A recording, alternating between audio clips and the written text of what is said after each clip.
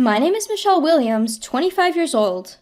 I have a husband who is 6 years older than me. We've been married for 2 years now, and in both good and bad ways, our relationship hasn't changed. Even now, my husband often tells me, "I love you." Although this straightforward expression of affection can be embarrassing, I'm honestly happy that he continues to say it. However, there are times when I wonder if he truly loves me.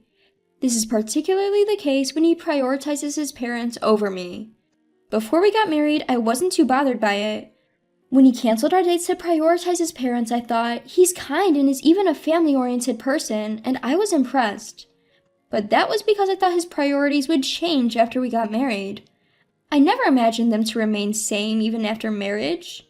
I couldn't broach my concern to my husband or in-laws at this point, but I was truly upset when my husband went on a trip with his parents on our wedding anniversary. At first, he seemed to not understand why I was angry, but when he realized it was our anniversary, he apologized desperately with an "oh no" expression. Although I had no intention of forgiving him immediately, after hearing his desperate apology and the story that he took his parents on a trip to make up after a fight, I couldn't stay angry. However, some resentment remained deep inside my heart. At the same time, I began to have a less favorable impression of my in-laws. In particular, the times my husband got called over to my in-laws' place increased, and my dissatisfaction with him and my in-laws piled up. If a similar situation ever occurs again, I decided to directly talk to my in-laws if my husband were to ever prioritize them over me on some kind of anniversary again. One Friday night, I ran into my older sister in town as I was rushing home from overtime work. We hadn't seen each other much since we both got married, so I was happy to see her, and we decided to go out for dinner, just the two of us. Out of courtesy, we both let our husbands know, and we headed to a nearby pub. Since both of us were off from work the next day, we decided to enjoy our meal and conversation with some drinks that we usually refrain from. After we finished talking about our recent happenings, silence fell. As I sipped my drink and thought about the next topic of conversation, my sister suddenly started chuckling. When I asked her what was wrong, she just said she remembered something funny. She didn't seem to want to talk more about it, but when I insisted she tell me, she reluctantly started speaking. "You know, the other day, I saw someone who looked just like your husband." I was taken aback as I wasn't expecting that. As I urged her to continue, my sister said, "Well, he was with a child, so I knew right away that it wasn't him, but he looked so much like him that I did a double take, and because of that, I ran into a lamppost." She then lifted her bangs. I could clearly see that her forehead was swollen. I drew attention from the people around me, and I was so embarrassed that I quickly ran away. I felt sorry for my sister who was starting to complain while fixing her bangs, but I couldn't help but laughing at my reliable sister's mishap. I thought I'd tell my husband about the story I heard from my sister when I got home, but I completely forgot and fell asleep. Moreover, I felt ill the next day. I'd been laid down in bed, completely taken down by a dreadful combo of sore throat, chills, and fever. My symptoms, far from abating, only got worse, and I was contemplating whether or not to see a doctor when I heard some noise. When I went to check it, there was my husband John preparing to leave with his Boston bag in hand. I called out to his retreating back in a panic. "Where are you going?" John shrugged his shoulders and slowly turned around. Although I wished he would stay by my side given my poor health, he seemed oblivious to my feelings and said, "I've promised my parents to take them to a spa today. I'll be back later," with an unapologetic expression. I begged John, "Please don't go." Judging by his luggage, it seemed he wouldn't return home today if he left. I thought that he would surely reconsider when he saw my current condition, but to my disappointment he said, "The spa's booked, and it would be a waste to cancel now," and he left. For a few minutes after John left, I was in a daze. I felt as though I had been abandoned by my husband, but staying there wouldn't bring John back. I gave up and went to bed. In the middle of the night, I woke up suddenly and noticed that my body was abnormally hot. The fever, far from dropping, seemed to have rose even higher. I thought this was bad and wanted to take some medication, but I didn't even have the energy left to go and get medicine or a drink. Alarmed, I decided to call John to come back home. However, I received no response. He probably had his phone turned off. Frustrated with my husband, I then called my mother-in-law. My mother-in-law answered the phone immediately. I wanted to complain about everything so far, but I was at a loss for words when she asked, "What's the matter?" In my confusion, I asked my mother-in-law, "Isn't John with you right now?" She replied, "No, he isn't here. Actually, I haven't seen my son for a while now." My mind went blank at my mother-in-law's words. My mother-in-law, sensing something was wrong due to my silence, kept calling my name. However, I was unable to respond to her and ended up hanging up the phone. Physically and mentally drained, I lost consciousness right then and there. I don't know how much time had passed. The first thing I saw when I opened my eyes was not John's face, but my mother-in-law's face peering into mine. "Is that you, mother-in-law?" "I'm sorry, but I let myself in with a spare key." I shook my head at my mother-in-law's words. "No, on the contrary, thank you." I could tell from her casual attire and lack of makeup that my mother-in-law had rushed over in a hurry. Although it was different from my usual impression of her, I felt glad. I accepted a glass of water from my mother-in-law and took a sip. My mother-in-law quietly waited for me to finish drinking, then asked, "Do you think you can eat some Jell-O?" I nodded in response to my mother-in-law's words, ate the Jell-O she handed me, and then swallowed some of the over-the-counter medication she had brought. As the medicine took effect and I began to feel a little better, tears started rolling down my cheeks. My sudden crying must have surprised my mother-in-law, but she waited patiently until I had finished. After a while, my tears stopped, and I began to feel embarrassed for having cried in front of my mother-in-law. I felt guilty for burdening her and bowed my head in apology, saying, "I'm sorry for the trouble." When I apologized, my mother-in-law responded, "It's all right, but where is my son when you're suffering like this?" She remarked about my husband, who was not present. I couldn't say anything and just looked down. However, my mother-in-law remained silent, patiently waiting for me to speak. Overwhelmed by the silence, I decided to tell her everything that's been going on. By the time I finished talking, my mother-in-law's face had turned into a stern one. And then, in a voice so low it was almost inaudible, as she said, "I never made such a promise and I never heard of it." She even called my father-in-law on the spot to confirm. My father-in-law also confirmed that he hadn't had such a conversation with my husband. So where and with whom was my husband right now? Suddenly, I recalled a joke my sister had once told. Could it be that story? No, but surely. Unconsciously, my words slipped out, and my mother-in-law did not miss them. She asked, "Do you know something?" Caught off guard, I stammered, "No, But my mother-in-law was clear. "I won't tolerate wrong actions from my son just because he's my son. It might be hard for you, but please tell me."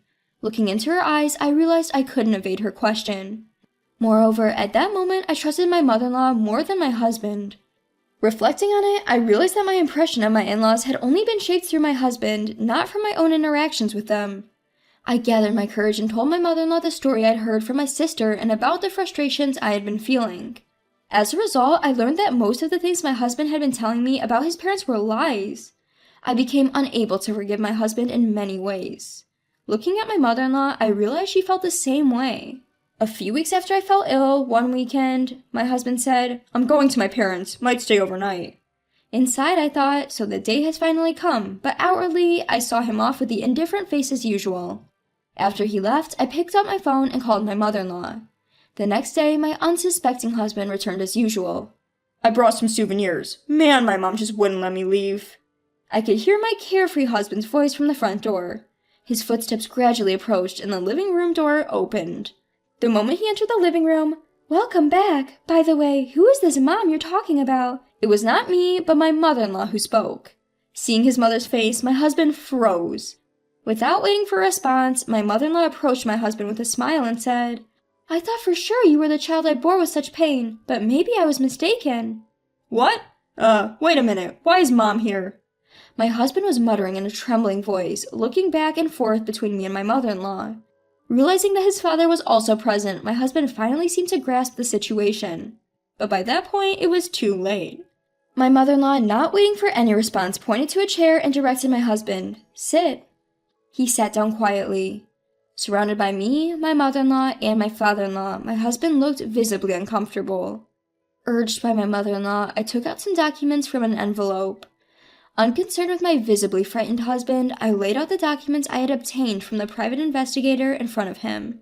"These," I said, "are all evidence of your infidelity." My husband looked at me desperately after losing his words. However, looking at my husband didn't stir any feelings in me.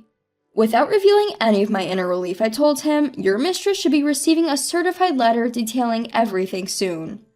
Upon hearing that, my husband stood up and yelled in panic, "Please don't do that. She is a child."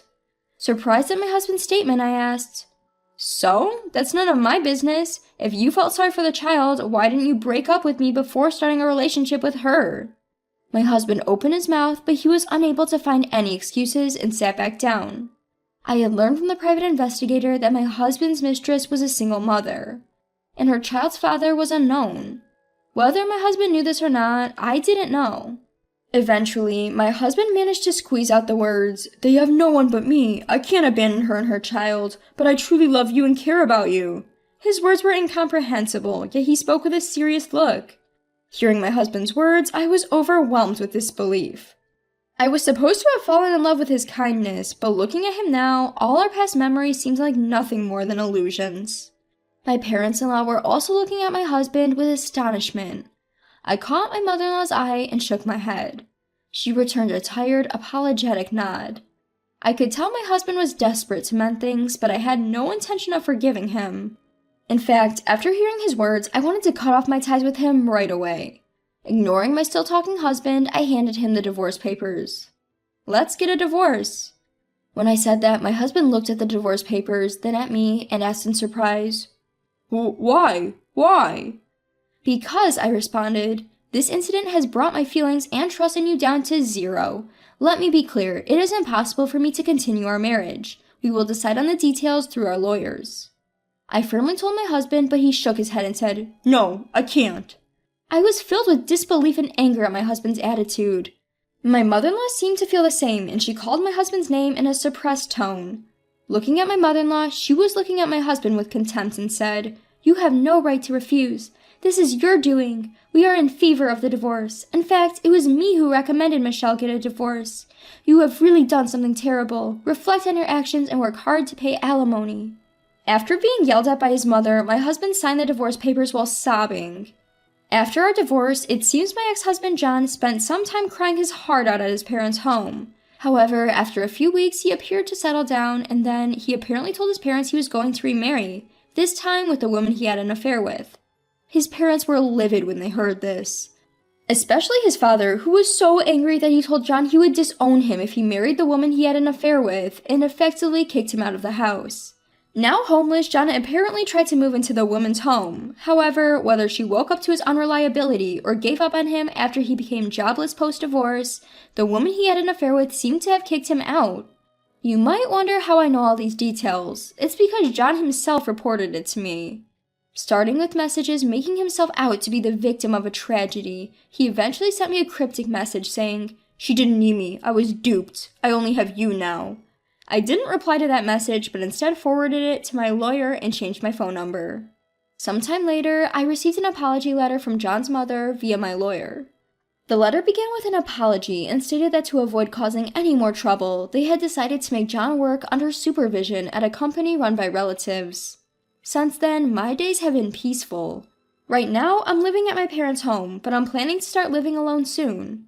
My parents told me that I can stay as long as I need to, but I want to move out as soon as possible so as not to cause them any more worry. My sister Sarah tends to come home frequently when I'm around, worrying about me. In the time following my divorce, there were days when I felt mentally unstable, but I have since regained stability thanks to my family. I believe that in the not-so-distant future, I will be able to move out and start on a new path.